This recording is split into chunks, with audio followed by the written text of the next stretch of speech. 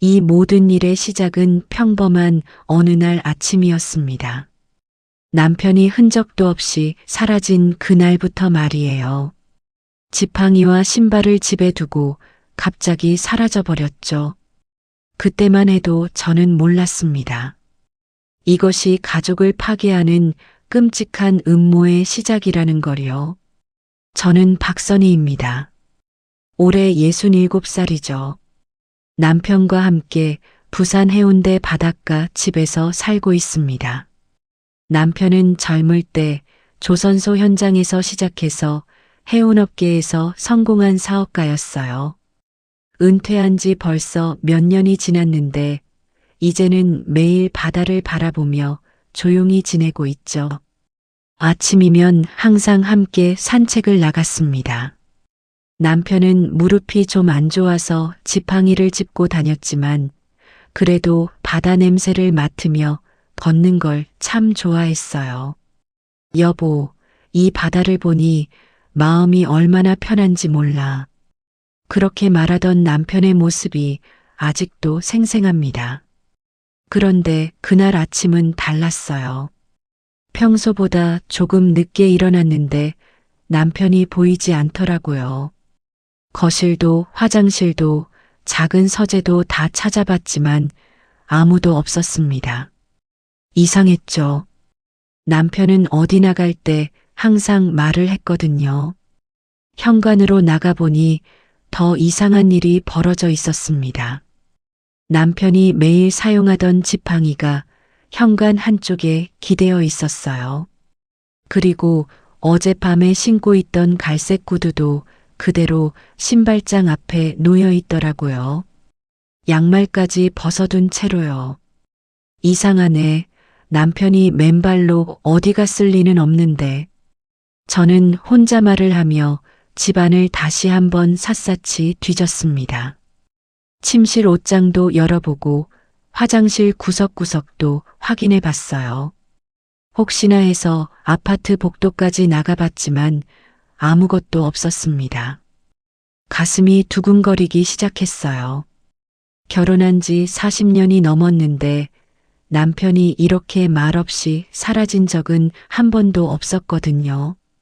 더군다나 지팡이 없이는 제대로 걷기도 힘든 상태였는데 말이죠. 시계를 보니 오전 10시였습니다. 평소라면 이미 산책을 마치고 돌아와 차를 마시고 있을 시간이었어요.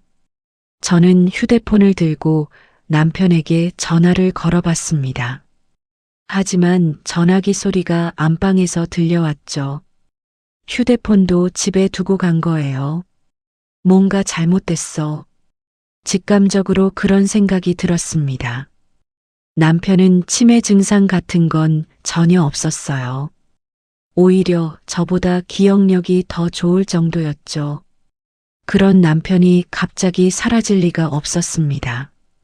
동네를 한 바퀴 돌아봤어요. 평소에 자주 가던 카페, 작은 공원, 마트까지 다 찾아봤지만 남편은 어디에도 없었습니다. 마트 사장님께 물어봐도 오늘은 못 봤다고 하시더라고요. 집으로 돌아와서 다시 한번 생각해 봤습니다.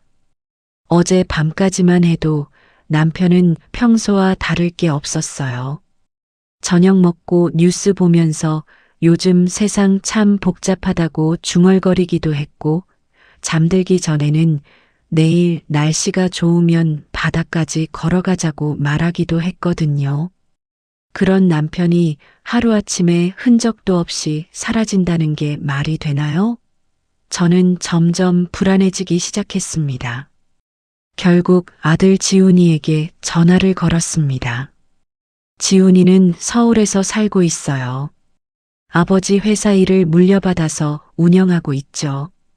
전화벨이 몇 번 울린 후에 지훈이가 받았습니다. 지훈아, 아버지가 안 보이는데 혹시 연락받았니?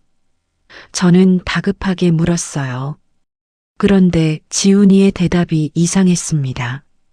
어머니, 아버지는 괜찮으세요. 공기 좋은 요양원에 가서 쉬고 계세요. 뭐라고? 요양원이라니. 아버지가 언제 요양원에 가고 싶다고 했어? 저는 깜짝 놀랐습니다. 남편은 평생 병원이나 시설 같은 곳을 극도로 싫어했거든요. 감기 걸려도 병원 가기 싫다고 할 정도였는데 말이죠. 아버지께서 원하신 거예요. 전화 너머로 며느리 윤정이의 목소리가 들렸습니다. 요즘 건강도 안 좋으시고 전문적인 케어가 필요하다고 생각하셔서요. 저는 화가 나기 시작했어요. 지훈아, 너 지금 뭔 소리를 하는 거니? 아버지가 요양원 가기 싫어하는 거 모르냐? 더군다나 나한테 한마디 얘기도 없이? 어머니, 아버지가 어머니께는 말씀 안 드리고 가시고 싶다고 하셨어요. 걱정 끼치기 싫다고요. 지훈이의 목소리는 어딘가 떨리고 있었습니다. 말이 안 되는 소리였어요. 남편과 저는 결혼한 지 40년 넘게 뭐든지 상의해서 결정했거든요. 큰 일이든 작은 일이든 서로에게 말하지 않고 독단적으로 결정하는 법이 없었어요. 그럼 어느 요양원인데? 내가 한번 가볼게. 저는 목소리를 가라앉히며 말했습니다. 아, 그게. 지훈이는 망설였어요. 아버지께서 당분간은 면회를 받지 않으시겠다고 하셨어요. 적응할 시간이 필요하다고요. 이상했습니다. 아무리 생각해봐도 이상했어요. 남편이 그런 말을 했을 리가 없었거든요. 더군다나 아침에 지팡이와 신발이 그대로 남아있던 걸 생각하면 더더욱 말이 안 됐죠. 지훈아, 솔직히 말해봐. 도대체 무슨 일이야? 저는 좀 더 강하게 물었습니다. 어머니, 정말 괜찮으니까 걱정하지 마세요. 아버지도 편안해 하시고 계세요. 지훈이는 계속 같은 말만 반복했어요. 전화를 끊고 나서 저는 더 혼란스러워졌습니다. 뭔가 숨기고 있는 게 분명했어요. 지훈이의 목소리에서 거짓말하는 사람 특유의 떨림이 느껴졌거든요. 그때 문득 생각이 났습니다. 남편의 약통을 확인해 봐야겠다고 말이에요. 남편은 혈압약과 관절염약을 매일 먹고 있었거든요. 화장실 선반을 확인해 보니 약통이 그대로 있었습니다. 어제 먹었던 약까지 그대로 남아있더라고요. 이상해, 정말 이상해. 저는 중얼거렸습니다. 요양원에 간다면 당연히 약을 챙겨갔어야 했는데 말이에요. 그날 밤 지훈이가 다시 전화를 걸어왔습니다. 어머니, 아버지께서 안부 전해달라고 하시네요. 그럼 내가 직접 아버지와 통화를 해볼게. 저는 말했습니다. 아버지가 지금 검사 중이라서요. 나중에 다시 전화드릴게요. 또 변명이었어요. 저는 점점 확신이 들기 시작했습니다. 분명히 뭔가 숨기고 있다고 말이죠. 며칠 후에 지훈이와 윤정이가 집에 왔습니다. 어머니, 아버지 물건 좀 정리해서 가져다 드려야겠어요 라고 하더라고요. 저는 황당했습니다. 물건이 뭐가 필요해? 아버지가 뭘 달라고 했는데? 옷가지랑 개인용품들이요. 윤정이가 대답했어요. 요양원에서 필요하다고 하네요. 그런데 윤정이가 정리하는 물건들을 보니까 이상했어요. 옷은 몇 벌 안 가져가면서 남편의 중요한 서류들을 뒤지고 있는 거였어요. 통장, 도장, 각종 증명서들 말이죠. 그걸 왜 가져가? 저는 물었습니다. 어머님, 혹시 아버님 인감도장 어디 있는지 아세요? 윤정이가 갑자기 물었어요. 순간 등골이 싸늘해졌습니다. 인감도장을 왜 찾아? 요양원에서 각종 서류 작성할 때 필요하다고 해서요. 지훈이가 거들었습니다. 말이 안 되는 소리였어요. 요양원 입소할 때 인감 도장이 필요할 리가 없거든요. 저는 그 자리에서 단호하게 말했습니다. 인감 도장은 안 줘. 지훈이와 윤정이는 서로 눈짓을 주고받더니 곧 집을 나갔습니다. 그런데 그 뒤로도 며칠 더 들락날락했어요. 제가 없을 때를 노려서 오는 것 같았습니다. 어느 날은 마트에서 장을 보고 돌아오는 길에 지훈이 집 앞을 지나게 됐어요. 지훈이는 우리 집에서 차로 10분 거리에 살고 있거든요. 그런데 아파트 주차장에서 이상한 걸 봤습니다. 며느리 윤정이의 차 트렁크가 열려 있었는데 안에 뭔가 큰 물건이 들어있더라고요. 가까이 가서 보니까 깜짝 놀랐습니다. 남편이 사용하던 낡은 휠체어였어요. 그런데 그 휠체어가 심하게 찌그러져 있었습니다. 바퀴는 휘어져 있었고 등받이는 부러져 있었어요. 마치 어디선가 떨어뜨리거나 충격을 받은 것 같았습니다. 이게 뭐지? 저는 숨이 막혔습니다. 남편이 무릎이 아플 때만 가끔 사용하던 휠체어였거든요. 집 창고에 보관해두고 있던 건데 왜 윤정이 차에 있는 거지? 더군다나 이렇게 망가진 채로? 그 순간 모든 게 거짓말이었다는 걸 직감했습니다. 남편은 요양원에 있는 게 아니에요. 분명히 다른 곳에 있거나 아니면 저는 생각하기도 싫은 끔찍한 상상이 머릿속을 스쳐 지나갔어요. 급하게 휴대폰을 꺼내서 사진을 찍었습니다. 증거를 남겨둬야겠다는 생각이 들었거든요. 그리고 곧바로 그 자리를 떠났어요. 윤정이한테 들키면 안 될 것 같았습니다. 집에 와서 다시 한번 생각해 봤어요. 찌그러진 휠체어, 갑자기 사라진 남편, 인감 도장을 요구하는 아들과 며느리. 모든 게 연결되는 것 같았습니다. 내가 뭔가 해야 해. 저는 마음을 굳혔습니다. 이대로 가만히 있을 수는 없었어요. 남편에게 뭔가 나쁜 일이 생긴 게 틀림없었거든요. 그날 밤 지훈이한테 전화를 걸었습니다. 지훈아, 나 아버지 보러 갈 거야. 어느 요양원인지 알려줘. 어머니, 아직은 안 된다고 했잖아요. 안 돼?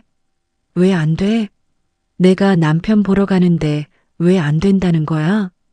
지훈이는 또 변명을 늘어놓았습니다. 하지만 저는 더 이상 속지 않을 거예요. 반드시 진실을 밝혀낼 거였습니다. 저는 더 이상 혼자서는 해결할 수 없다고 판단했습니다. 그래서 남편의 옛 동료인 정만호 사장님을 찾아갔어요.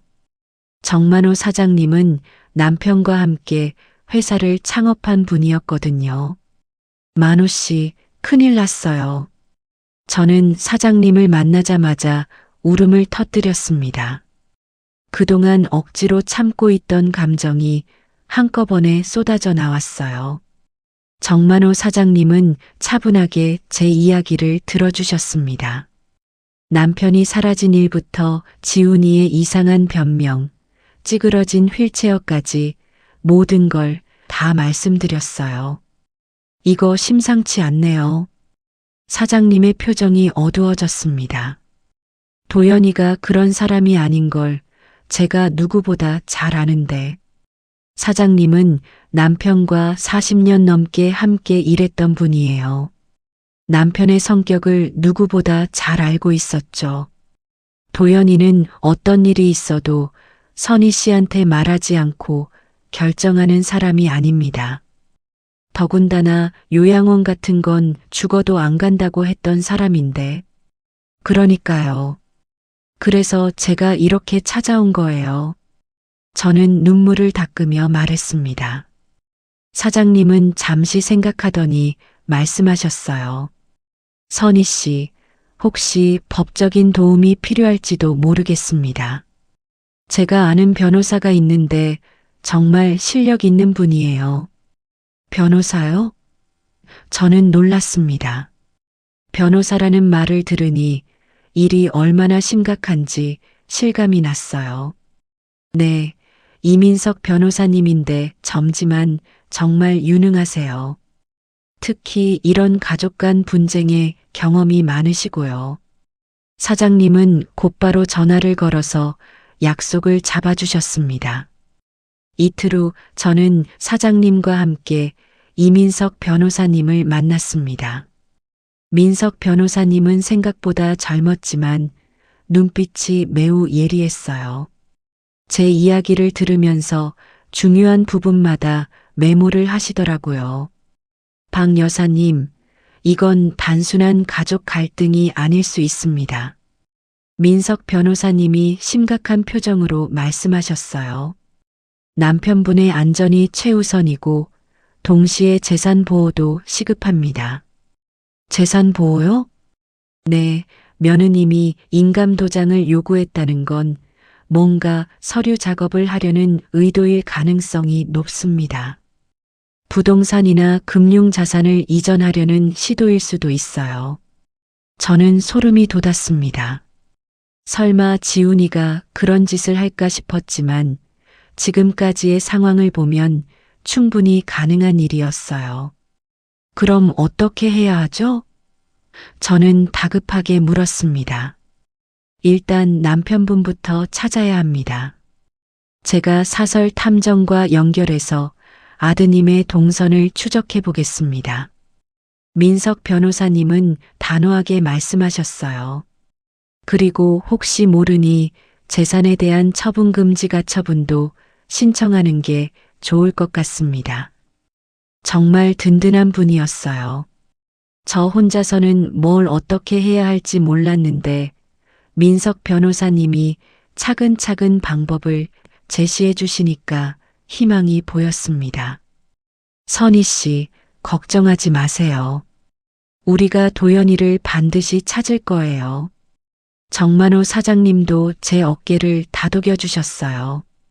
그렇게 저는 더 이상 혼자가 아니게 됐습니다. 믿을 만한 분들이 함께 도와주신다는 사실만으로도 마음이 조금 놓였어요. 민석 변호사님이 사설 탐정을 통해 지훈이 차량의 블랙박스 기록을 추적했습니다. 며칠 후 연락이 왔어요. 박 여사님, 아드님 차량이 경남 외곽의 한 시설로 간 기록이 있습니다. 시설이요? 저는 가슴이 두근거렸어요.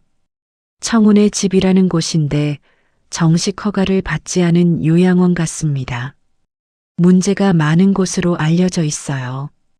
불법 시설이라니. 저는 머리가 하얘졌습니다. 남편이 그런 곳에 있다는 게 믿어지지 않았어요. 지금 당장 가봐야겠어요. 저는 일어섰습니다. 저도 함께 가겠습니다. 민석 변호사님이 말씀하셨어요.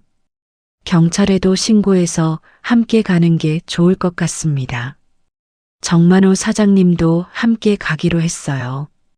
저희는 민석 변호사님이 준비한 위임장을 들고 그 요양원으로 향했습니다. 경남 외곽까지 차로 2시간 반 정도 걸렸어요. 가는 동안 저는 불안해서 어쩔 줄 몰랐습니다. 남편이 정말 그곳에 있을까, 있다면 무사할까, 온갖 생각이 머릿속을 맴돌았어요. 도착한 곳은 정말 충격적이었습니다. 청운의 집이라는 간판이 걸려 있었는데 건물은 낡고 허름했어요. 주변 환경도 을씨년스러웠고요. 여기가 요양원이라고요? 저는 말문이 막혔습니다. 경찰관 2분과 함께 안으로 들어갔어요. 그런데 입구부터 악취가 진동했습니다. 소독제와 온갖 냄새가 섞여서 숨쉬기도 힘들더라고요. 시설 관계자가 나와서 무슨 일이냐고 했지만 민석 변호사님이 위임장을 보여주며 단호하게 말씀하셨어요. 한도연 어르신을 찾으러 왔습니다. 그런 분 없는데요. 관계자는 시치미를 뗐습니다. 하지만 경찰관이 나서서 수사에 협조하시기 바랍니다라고 하니까 어쩔 수 없이 안내해 주더라고요. 복도를 따라 걸어가면서 보니 정말 끔찍했어요. 벽지는 곳곳이 찢어져 있었고 바닥은 더러웠습니다. 여기저기서 신음소리가 들리는데 제대로 된 관리를 받지 못하는 게 눈에 보였어요. 여보, 여보. 저는 큰 소리로 남편을 불렀습니다. 그런데 복도 끝 방에서 희미하게 대답하는 소리가 들렸어요. 선이야? 남편 목소리였습니다. 저는 그 방으로 뛰어갔어요. 문을 열고 들어가니 남편이 침대에 누워 있었습니다. 그런데 상태가 정말 말로 표현하기 어려울 정도였어요. 살은 빠져서 뼈만 남았고 눈은 초점이 없었습니다. 마치 약에 취해 있는 것 같았어요. 여보, 여보. 저는 남편을 부둥켜 안고 울었습니다. 선이야, 선이야. 남편은 제 이름을 겨우 되뇌며 눈물을 흘렸어요. 저를 알아보기는 했지만 의식이 흐릿한 상태였습니다. 어르신, 진정하시고 우선 나가는 게 좋겠습니다. 경찰관이 말했어요. 민석 변호사님이 시설 관계자에게 따졌습니다. 이건 불법 감금입니다. 가족 동의도 없이 어르신을 이렇게 가두다니. 결국 저희는 남편을 즉시 데리고 나왔어요. 구급차도 불러서 병원으로 직행했습니다. 남편을 구출했다는 안도감과 동시에 이런 끔찍한 일을 당했다는 분노가 치밀어 올랐어요. 남편을 병원으로 데려간 후 정밀 검사를 받았습니다. 결과는 충격적이었어요. 수면제와 정신과 약물이 과다 투여된 상태였거든요. 의사 선생님은 조금만 늦었으면 위험했을 수도 있다고 하셨습니다. 한편으로는 지훈이와 윤정이가 이미 남편의 재산을 빼돌리고 있다는 사실이 밝혀졌어요. 민석 변호사님이 조사해 보니 위조된 서류로 부동산 이전 등기를 시도하고 있었던 거였습니다. 어떻게 자식이 이런 짓을 할 수가 있어요? 저는 믿을 수가 없었습니다. 아직 실행되기 전이라 다행입니다. 즉시 고소장을 제출하겠습니다. 민석 변호사님이 말씀하셨어요. 지훈이와 윤정이는 구속됐습니다. 그리고 몇 달 후 법정에 서게 됐어요. 저는 증인으로 법정에 섰습니다. 법정에서 지훈이는 끝까지 변명을 늘어놓았어요. 아버지 치매 증상이 심해져서 안전을 위해 어쩔 수 없이 그런 곳에 모셨습니다. 하지만 민석 변호사님은 준비된 증거들을 차례로 제시했습니다. 블랙박스 영상, 찌그러진 휠체어 사진, 위조된 서명, 그리고 국과수 필적 감정 결과까지요. 피고인들이 주장하는 치매 증상에 대한 의학적 근거가 전혀 없습니다. 민석 변호사님이 의료진 소견서를 제출했어요. 오히려 피해자는 불법 약물 투여로 인해 의식을 잃었던 것입니다. 검사님도 강력하게 처벌을 요구했습니다. 이는 단순한 가족 갈등이 아닙니다. 계획적이고 조직적인 범죄 행위입니다. 재판이 진행되는 동안 저는 지훈이를 똑바로 쳐다봤어요. 제가 나와서 기른 아들이 맞나 싶을 정도로 차가운 눈빛이었습니다. 윤정이도 마찬가지였고요. 돈 때문에 시아버지를 그런 곳에 가둔 거였어요. 증인 신문을 받을 때였습니다. 저는 법정에서 당당하게 말했어요. 제 남편은 평생 성실하게 살았습니다. 그런 남편을 자식이라는 사람들이 돈 때문에 지옥 같은 곳에 가뒀어요. 용서할 수 없습니다. 판사님이 피고인들에게 할 말이 있습니까? 라고 물으셨을 때 저는 단호하게 말했습니다. 너희는 더 이상 내 가족이 아니다. 지훈이가 어머니라고 부르려 했지만 저는 고개를 돌렸어요. 그런 자식을 둔 제 자신이 부끄러웠습니다. 결국 판결이 나왔어요. 지훈이는 특수감금, 사기 등의 혐의로 징역 4년을 선고받았습니다. 윤정이는 주도적 역할을 했다는 이유로 징역 6년이었어요. 법정을 나오면서 저는 허탈했습니다. 이겼지만 기쁘지 않았어요. 제 아들이 감옥에 가게 됐으니까요. 하지만 동시에 남편을 구할 수 있어서 다행이라는 생각도 들었습니다. 민석 변호사님이 말씀하셨어요. 박 여사님, 정말 수고하셨습니다. 이제 남편분과 평온한 시간 보내세요. 정만호 사장님도 위로해 주셨어요. 선희 씨, 도연이가 무사해서 정말 다행이에요. 집으로 돌아와서 남편과 함께 앉아 있으니까 감회가 새로웠습니다. 잃을 뻔했던 소중한 사람을 되찾은 거니까요. 재판이 끝나고 몇 달이 지났습니다. 남편은 많이 회복됐지만 여전히 그때의 충격에서 완전히 벗어나지는 못했어요. 가끔 밤에 깜짝 놀라서 깨는 일도 있었고요. 하지만 남편은 의외로 담담했습니다. 선이야, 이제 그만 생각하자. 우리가 계속 아파해봐야 소용없어. 그래도 어떻게 잊어요? 우리 아들이 한 짓을. 저는 아직도 상처가 아물지 않았어요. 그래서 말인데 나 생각이 있어. 남편이 진지하게 말했습니다. 우리처럼 고생한 사람들이 얼마나 많을까? 그런 분들을 도와주고 싶어. 도와준다고요? 응, 재단을 만들어 보자. 우리 같은 일을 당하는 노인분들을 위한 재단 말이야. 남편의 눈빛이 예전과 달라져 있었어요. 고통스러운 경험을 통해 더 깊은 깨달음을 얻은 것 같았습니다. 바다처럼 넓고 따뜻한 노인 복지재단. 어때? 남편이 제안했어요. 저도 그 아이디어가 좋았습니다. 그럼 이름은 뭐로 할까요? 해온 재단이 어떨까? 바다처럼 오래 이어지는 삶이라는 뜻으로 말이야. 정말 좋은 이름이었어요. 저희 부부가 겪은 고통이 헛되지 않도록 다른 분들에게도 도움이 되는 일을 하자는 마음이었죠.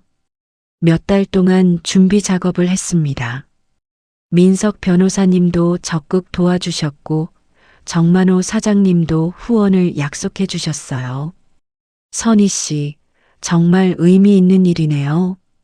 민석 변호사님이 말씀하셨어요. 제가 법률 자문을 계속 도와드리겠습니다. 고마워요. 우리 같은 일 당하는 분들이 더 이상 없었으면 좋겠어요. 저는 진심으로 말했습니다. 재단 설립 과정에서 남편과 저는 더 가까워진 것 같았어요.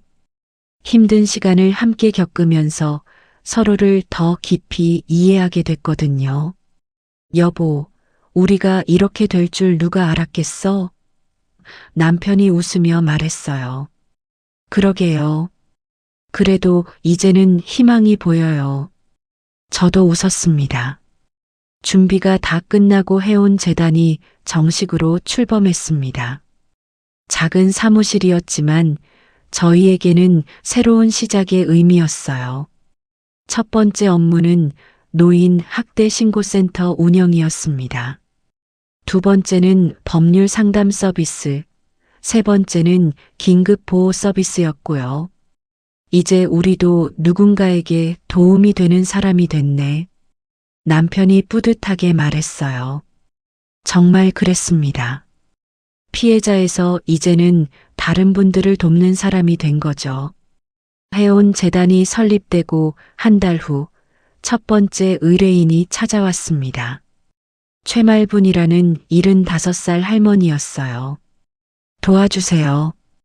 제 아들이 집을 팔려고 해요. 할머니는 울면서 말씀하셨습니다. 이야기를 들어보니 저희와 비슷한 상황이었어요. 아들이 할머니를 요양원에 보내고 집을 처분하려는 거였습니다.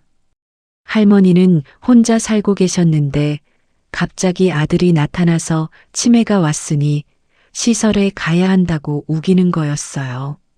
할머니, 치매 진단을 받으신 적 있으세요? 제가 물어봤습니다. 아니에요. 저 멀쩡해요. 그런데 아들이 자꾸 그런다고 하니까 할머니는 눈물을 훔치셨어요. 저는 할머니를 보면서 예전의 제 모습이 떠올랐습니다. 그때의 무력감과 절망감이 그대로 느껴졌어요. 할머니, 걱정하지 마세요. 저희가 도와드릴게요. 저는 할머니의 손을 잡았습니다. 민석 변호사님께 연락드려서 상황을 설명했어요. 이거 완전히 박 여사님 케이스와 똑같네요. 그럼 어떻게 해야 할까요? 일단 재산에 대한 처분금지가 처분을 신청하고 할머니를 보호하는 게 우선이겠습니다. 며칠 뒤 할머니 아들이 변호사까지 대동하고 나타났어요. 어머니가 치매라서 제가 후견인이 될 거예요. 하지만 저희도 준비가 되어 있었습니다. 할머니의 정신감정 결과, 의사소견서 등을 모두 준비해뒀거든요. 최말분 할머니는 치매가 아닙니다. 민석 변호사님이 단호하게 말씀하셨어요. 오히려 아드님이 재산을 노린 사기 행위를 하고 있는 것으로 보입니다. 결국 할머니 아들의 시도는 실패했습니다. 법원에서 후견인 선임 신청이 기각됐거든요. 할머니는 정말 고마워하셨어요. 고맙습니다. 정말 고마워요. 선희 씨 덕분에 집을 지켰어요. 할머니, 이제부터는 저희가 새로운 가족이 되어 드릴게요. 저는 진심으로 말씀드렸습니다. 그 말을 하면서 저도 울컥했어요. 저희가 누군가에게 진짜 도움이 되고 있다는 게 실감났거든요.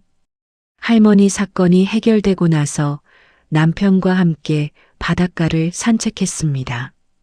예전처럼 지팡이를 짚고 천천히 걸었어요. 여보, 우리 잘한 것 같아?